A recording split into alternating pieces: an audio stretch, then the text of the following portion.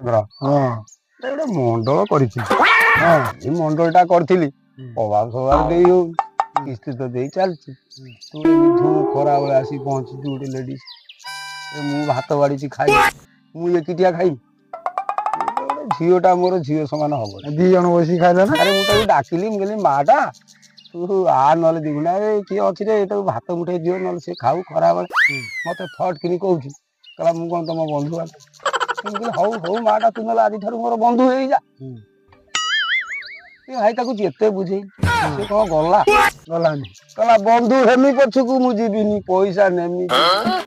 ମୁଁ କହିଲି ଠିକ ଅଛି ମାଟା ଲୋ ପଇସା ହବ ତୁ ଯିବୁ ବସ ଏ ପିଲାର ବସ ମୋର ଯୋଉଦିନ ପଇସା ହବ ତୁ ଯିବୁ ଆଉ ମୁଁ ଆଉ କଣ କରିବି? ମୁଁ ତ ଆଣିଥିଲି ମୁଁ ତ ଦେଇପାରୁନି। କୋଭିଡ ଟାଇମ ପୁଣି ଖାଇବାକୁ ନାହିଁ ରେ ସେଇ ଟାଇମରେ। ଯାହା ତାର ଦେଇଥିଲା ଚାଉଳ ସେଇ ଚାଉଳ ମୁଠେ ଯାହା ଥିଲା ତେଲ ନାହିଁ ନା ଲୁଣ ନାହିଁ ଶଳା ତ କୋଉଠି ତ ଯିବୁନି ବଜାରକୁ ଗଲେ ତ ପୋଲିସ ଗୋଡେ। ମୁଁ ଆକୁ ଏତେ କଥା କହିସାରିଲା ପରେ ରହିବ କହିଲା ମୁଁ ତୁ ଆଜିଠାରୁ ମୋର ବନ୍ଧୁ ହେଲୁ ମାଟା ବନ୍ଧୁ ହେଇ ସାରିଲା ପରେ ଆଉ ଆସିବୁନି ମୋ ପାଖକୁ କିସ୍ତି ପାଇଁ କୋଉଠୁ ଆଣିଦେବି ବନ୍ଧୁ ପାଖରେ ମୁଁ ସଇଲେଣ୍ଟ। ସିଏ ଆଉ ସେଇ ଦିନରୁ ସେ ମଣ୍ଡଳ ମତେ ଭୁଲିଗଲା ଆଉ ମୋ ପାଖକୁ ଆସିନି। ଆଉ କଣ ତାକୁ କହିଥାନ୍ତି? ବନ୍ଧୁ ଆମର ତ ବନ୍ଧୁ ସିଏ ଆଉ ମୁଁ ତତେ ଏତେ କଥା କହିଲି ଆଉ ତା ଗୋଡ଼ ତଳେ ପଡିଆ ପର୍ଯ୍ୟନ୍ତ ଗଲି ସେ ହେଲା ଲାଷ୍ଟକୁ ଯେତେବେଳେ ବନ୍ଧୁ କଲି କହିଲା ଆଉ ଆସିବି।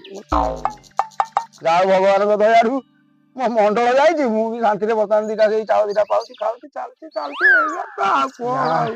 ଯାହା ହଉ ନବୀନ ଥିଲା ଆଉ। ବୁଢା ଥିଲା ଚାଲିଥିଲା ଏବେ ଯାହା ହବ ପୁଣି ନୂଆ ସରକାର ଆଇଲା ସିଏ ପୁଣି କଣ କରୁଛି ଦେଖିବା।